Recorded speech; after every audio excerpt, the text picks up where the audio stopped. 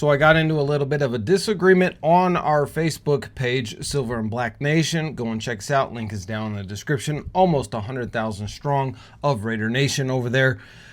I got into a little bit of an argument with one of the fans over there, and basically he's saying that Geno Smith was only good in Seattle because he had DK Metcalf and he had Tyler Lockett. And I said in my response, well, he's got Brock Bowers, he's got Jack Besh, he's got Jacoby Myers, he's got Ashton Genty, and he's got Dante Thornton Jr. I mean, he's got a pretty stacked roster when it comes to offensive weapons for him to play with. And his response was pretty reasonable, and that was that, well, those guys are rookies compared to an all-pro. Okay, but who was an all-pro? Well, the all-pro was DK Metcalf, but DK Metcalf made second-team all-pro in 2020. He hasn't done it since, and he hasn't been in a Pro Bowl except for 2023. Now, listen, DK Metcalf is an absolute beast. There is absolutely no doubting about that. But when you're going to compare him to a guy like Brock Bowers, who is literally the best at his position of the tight ends, versus DK Metcalf is probably ranked 15th out of all the receivers in the NFL. So he's not even top 10, at least in most people's opinions. And so I think that right now, Geno Smith has a better situation with the Las Vegas Raiders than he has had in his entire career, going all the way back to the New York Jets, even a stint with the Giants, a stint with the Chargers, and a stint with the Seattle Seahawks. Right now is the best that he's ever had in regards to coaching, regards to organization, regards to playmakers, and more. So we're going to get into some stats today. I want to talk about why I feel this way. I'm going to prove my case, and I want you guys to drop your comments down below and let me know, have I proven the case? Is Geno Smith going to have a better career the next 2 to 3 years with the Las Vegas Raiders with the cast of characters that we have right now, or was he just better off staying in Seattle? So let's just jump into it right now. First and foremost, let's get into Geno Smith, the man, the myth, the player, everything else. Last year's 2024 NFL regular season, Geno Smith threw for 4,320 yards. He also threw for 21 touchdowns, but he threw for 15 interceptions, which sucks. The Seattle Seahawks last year struggled in a couple of areas. One of them was rushing. They were ranked either dead last or close to dead last on most of the ranking boards from PFF to everybody else. And so their rushing was really bad, and their offensive line was atrocious last year. And if the Raiders can address the offensive line and really, solidify that, we just need, like I said earlier, we just need to be a top 15 offensive line, and I think Geno Smith is going to shine. But is Geno Smith the real deal? Is he just another, a Derek Carr type of guy where he can win you some games, but not enough to get you to a Super Bowl?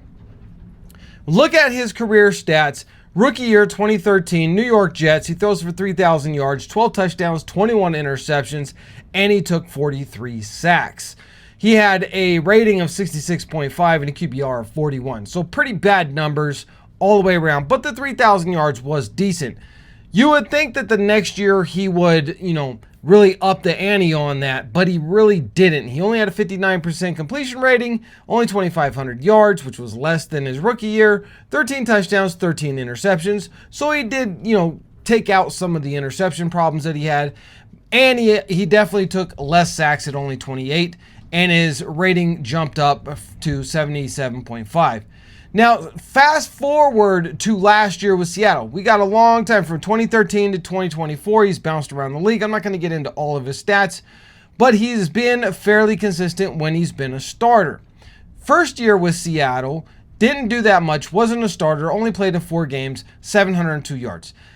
2022, that's when he takes over as the starter, plays all 17 games, 4,282 yards.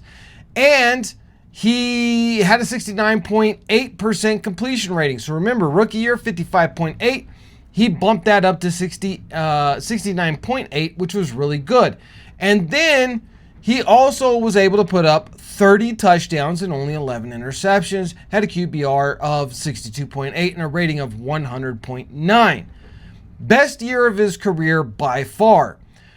Pretty consistent 2023, almost similar numbers, but production was down, yards were down, touchdowns were down. He did take less sacks. Last year, he put up 4,320 yards, most yards in his entire career, 21 touchdowns to 15 interceptions, as we talked about earlier. He also took 50 sacks because Seattle had the worst or next to worst offensive line, even worse than the Las Vegas Raiders last year. So that's what he was working with. No run game and no offensive line. He was still able to perform fairly well. So what is the comparison to DK Metcalf and Tyler Lockett to what he has to work with now? Going to get into that in a moment, but I do want to say thank you to Box House for being a sponsor of this channel. Guys, if you want an ADU, I've been saying it. If you want a tiny house, I've been saying it. You got to call my guy, Kevin Ross, over at Box House. Give him a call. He's going to send you all the information you need. And listen, you can get one of these basically starting at $39,000, which is absolutely crazy that you could get a livable home for that cheap right here in the United States. Insane value that you can get from Box House. Box House is changing the way everything is done when it comes to living. And I'm a former contractor. I'm a retired contractor. I know how difficult and expensive it is to build a residential building. I've built a lot of them. And the fact that they are able to do this is absolutely mind-boggling, and it's all high-quality stuff. So give my boy Kevin Ross a call, and a big salute to Kevin and Box House for being a sponsor of the Raider D podcast.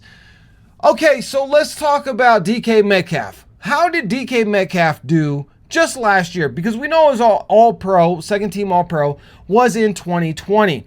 How did he do last year? Last year he had 992 yards. He had 5 touchdowns, and he also fumbled twice and lost both of those fumbles. So production, you know, he's middle of the pack when it comes to production as a wide receiver. There are wide receivers out there who are way better when it comes to production. Athletically, the dude is an absolute freak, but he just hasn't really put up the numbers. He's only had 3 seasons out of 7 seasons where he's had over 1,000 yards. Now, he's been close every time. It's 900 yards, 967, 992. So it's not like he's far off, but he consistently has not put up 1,000 plus yard seasons. 2020, he put up 1,303, 10 touchdowns, and he was absolutely just killing the game. Now, is he still that good? Yeah, I mean, the dude's not even, 30 years old, and he's still an absolute freak. He is one of the fastest, strongest, biggest wide receivers in the NFL. And the Pittsburgh Steelers, I don't know why they went out and traded for him because they don't even have a quarterback, but whatever. Now compare him to Brock Bowers. Brock Bowers, rookie year, has over 1,000 yards receiving and absolutely blows everybody's mind away despite having to receive the ball from 3 different quarterbacks, one of the worst offensive lines, and one of the worst rushing attacks in all of football with the Las Vegas Raiders. He was still able to put up those amazing numbers, and he was only a rookie. So for me, who do I take, DK Metcalf or Brock Bowers? I take Brock Bowers if I'm Geno Smith. Brock Bowers is a safety net for you. He's going to help you to excel. Geno Smith has never had a tight end the likes of our Brock Bowers. Now, wide receiver, we don't have a guy of the physical ilk of a DK Metcalf, but we did draft Dante Thornton Jr., 6'4", runs a 4.3 40. The dude's raw, but so was DK Metcalf when he came into the NFL. And so I think that between the wide receiver that we've got as a rookie and when it comes to Brock Bowers, I mean, I think right there you have an upgrade over Seattle. Now, we're not done because you also got to talk about Tyler Lockett. Now, Tyler Lockett, what did he do in his last year? I've been telling this. People keep talking about how great Tyler Lockett is. Yes, he had 4 seasons out of like 10 where he had over 1,000 yards. And the rest of his seasons, only one of them is in the 900s. One was close at 894. But last year he only had 600 yards and only 2 touchdowns. Production fell way off. He has lost his step. He's an old man when it comes to football. And we have Jakobi Meyers, who's like 26. And he is in the peak and the prime of his career. The dude doesn't drop the ball. He catches everything that you throw at him. And so would Geno Smith be better in Seattle versus the Raiders? No. Lockett's not even with Seattle anymore. So right now, I'm telling you guys, I believe 100% that Geno Smith is in a better situation. He has Ashton Jeanty as his safety blanket at the running back. Definitely the Raiders should not be, second half of the NFL. Should not be even close to dead last. We should be in the top 15 rushing this year, especially with Chip Kelly and the way that he is going to run the ball. It is going to be innovative and exciting, and that is a perfect match for Ashton Jeanty. That's going to make life easier for Geno Smith. And then you got Jack Besh. Jack Besh is kind of like Jakobi Meyers, where he does everything. Great blocker. He'll run the ball. He'll throw the ball. He'll eat the ball. He'll do whatever you ask him to do. And he also doesn't drop the ball. So now you have speed on the outside with Trey Tucker. You have Dante Thornton Jr. Don't know when he'll come in, but I'm expecting to see him get some playing time at some point because he's too physically, athletically gifted not to. And then you have Ashton Jeanty, you have Brock Bowers, you have a recipe for success. It all is going to come down to the offensive line, but I believe that the Raiders' offensive line can be top 15 this year versus what the Seattle Seahawks had, which they were ranked 31st or 32nd, depending on which platform that you were looking at. I think Geno Smith's going to be great this year. Guys, comment down below and let me know, do you agree? Do you think my assessment is correct? Let me know down in the comments. Hit that like button, hit that subscribe button, and I'll see you in the next Raiders video.